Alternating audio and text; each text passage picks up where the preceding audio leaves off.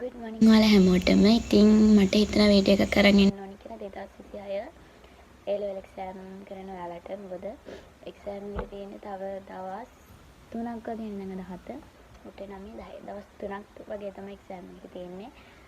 ඉතින් මට හිතුණා ඒ හින්දා ඔයාලට පොඩි ස්පෙෂල් කරුණු ටිකක් කියලා වීඩියෝ එකක් කරන්න ඕනි කියලා. මොකද ඔයාලා මේ කාලේ කරන පොඩි වැඩි ඔයාලගේ exam එකට ගොඩාක් ලොකුවට බලපාන්න පුළුවන්. ඉතින් ඒ හින්දා මට හිතුණා මේ දේවල් ගැන ඔයාලට මතක් කරලා පොඩි වීඩියෝ එකක් කරන්න ඕනි කියලා. ඉතින් මම මේ වීඩියෝ එකෙන් අරන් ඉන්නේ ඔයාලට දැන් මේ දවස් 3 ඇතුළතදී ඔයාලා එක්සෑම් එකට යන්න කලින් මොකද කරන්න ඕනි කියන එක පිළිබඳව. හරි. අපි දැන් ටොපික් එකට එමුකෝ. පළවෙනි එක තමයි ඔයාලා මේ කාලේදී කරන්න ඕනේ අලුත් දේවල් බලාගන්නේ නැතුව කලින් ඔයාලා පාඩම් කරලා තියෙන දේවල් වල අඩුපාඩු තියෙන දේවල් බලා ගන්න ඕනේ.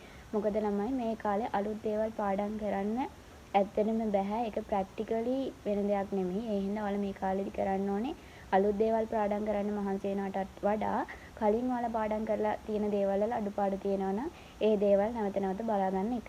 ඊළඟ එක තමයි ඔයාලා ෂෝට් නෝට්ස් හදලා තියෙනවා නම් ඒ ෂෝට් නෝට් ඔයාලට මේ කාලේදී පාඩම් කරන්න පුළුවන්. එතකොට එක මැත්ස් පාර්ට් වල නම් එක සූත්‍ර තියෙනවා. ඒ දේවල් බලා ගන්න පුළුවන්. අනික එක තමයි ඔයාලා දැන් පාස් පේපර්ස් එහෙමත් කරලානේ තියෙන්නේ. පාස් පේපර්ස් මොඩල් පේපර්ස් ඔක්කොම පේපර්ස් ඔයාලා කරලා තියෙන. දැන් ඔයාලට තියෙන මේ කාලෙදී ඒ පේපර්ස් කරනකොට ඔයාලට ඇති වෙච්ච ප්‍රශ්න සහ ඔයාලට ලියා ගන්න බැරි ප්‍රශ්න තියෙනවනේ. සමහර ප්‍රශ්න වලට ඔයාලට සම්පූර්ණ ආන්සර්ස් ඔයාලට ලියා ගන්න තාම තේරෙන්නේ නැහැ. ඒ වගේ කොටස් මේ කාලය තුලදී ඔයාලට ප්‍රැක්ටිස් කරන්න පුළුවන්. අනිත් දේ තමයි ඔයාලා මේ කාලය තුලදී අනිවාර්යෙන් දවසකට පැය 7ක් 8ක්වත් නිදා ගන්න ඕනේ. මොකද නිින්ද කියන දේ අනිවාර්යයෙන්ම අත්‍යවශ්‍යයි. ඔයාලට ස්පෙෂලි එක්සෑම් එකට දවස් එක්සෑම් එකට කලින් දවසේ අනිවාර්යයෙන්ම පැය 8ක් 9ක්වත් ඔයාලා නිදා ගන්නම ඕනේ. මොකද එහෙම නැත්නම් ඔයාලගේ ස්ට්‍රෙස් එක වැඩි වෙලා එක්සෑම් එකට බය වෙලා ගොඩක් ලොකු ප්‍රශ්නයක් ඇති වෙන්න පුළුවන්. ඒ හින්දා අනික ඔයාලගේ එක්සෑම් රිසල්ට් එකට උනත් බලපානවා. ඔයාලගේ නිින්ද කියන දේ නිදි මරාගෙන පැය 2ක් විතර නිදාගෙන කිසි පාඩම් කරා කියලා ඒක කිසිම තේරුමක් නැහැ. ඇත්තටම මේක ප්‍රැක්ටිකලි වෙන්න පුළුවන් දෙයක් නෙමෙයි. ඒ හින්දා කොච්චර පාඩම් කරත් මතක හිටින්නේ නැහැ. ඔයාලා හරියට නිදාගන්නේ නැත්තම්.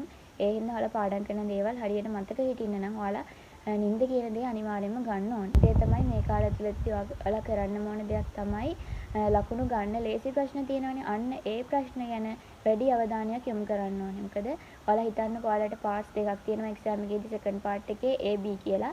දැන් ඔයාලා හිතනවා මම මේ A පාර්ට් එකෙන් 1 2 3 ප්‍රශ්න ටික තෝරගන්නවා B පාර්ට් එකෙන් 1 2 ප්‍රශ්න ටික තෝරගන්නවා කියලා. එතකොට එහෙම තෝරගන්නවා කියලා ඔයාලට අයිඩියා එකක් තියෙනවා නම් මොකද සාමාන්‍යයෙන් එකම පාඩම් වලින් වගේනේ අර 1 2 3 ප්‍රශ්න ඔහොම හැදෙන්නේ. එතකොට ඔයාලට යම්කිසි අදාළ අදහසක් තියෙනවා පේපර් එකේ එන විදිහ ගැන. එතකොට ඔයාලා ඒ පාඩම් ටික ගැන අඩුපාඩුවක් නැතුව පර්ෆෙක්ට්ලි බලාගෙන ගියොත් ඔයාලට ඒ ප්‍රශ්න වලට හරියට ආන්සර්ස් ලියන්න පුළුවන්. ඒ හින්දා මේ කාලෙදී ඒ වගේ තියෙන අඩුපාඩු හදාගෙන ඔයාලා මේ ප්‍රශ්න වලට මම උත්තර ලියනවා කියලා හිතාගෙන ඉන්නවා නම් ඒ ප්‍රශ්න වලට අදාළ පාඩම් වල අඩුපාඩු කොටස් මේ කාලෙදී ඔයාලට බලා ගන්න පුළුවන්. අනික මේ කාලය ඇතුළතදී ලොකු ඔයාලගේ පොත්වල තියෙන නෝට්ස් බලනවට වඩා ඔයාලා ෂෝට් නෝට් එකක් හදාගෙන තියෙනවා නම් ඒ ෂෝට් නෝට් එක බලා ගන්න එක ඇත්තටම ගොඩක් වටිනවා. ඒක ගොඩක් ඔයාලට ලේසි. ඒ හින්දා හරියට වැඩ ටික මැනේජ් කරගෙන මේ කාලෙදී හොඳට වැඩ ටික කරගෙන යන්න. ඉතින් ඔයාලට එක්සෑම් එකට මම විශ් කරනවා හොඳට ලියන්න පුළුවන් වෙන්න කියලා. ඒ වගේම තමයි ඔයාලට මොකක් හරි ප්‍රශ්නයක් තියෙනවා නම් අනිවාර්යෙන් වීඩියෝ එකට කමෙන්ට් එකක් දාගෙන යන්න. මම පුළුවන් විදිහට මම හැම ප්‍රශ්නයකටම ඔයාලට රිප්ලයි කරනවා.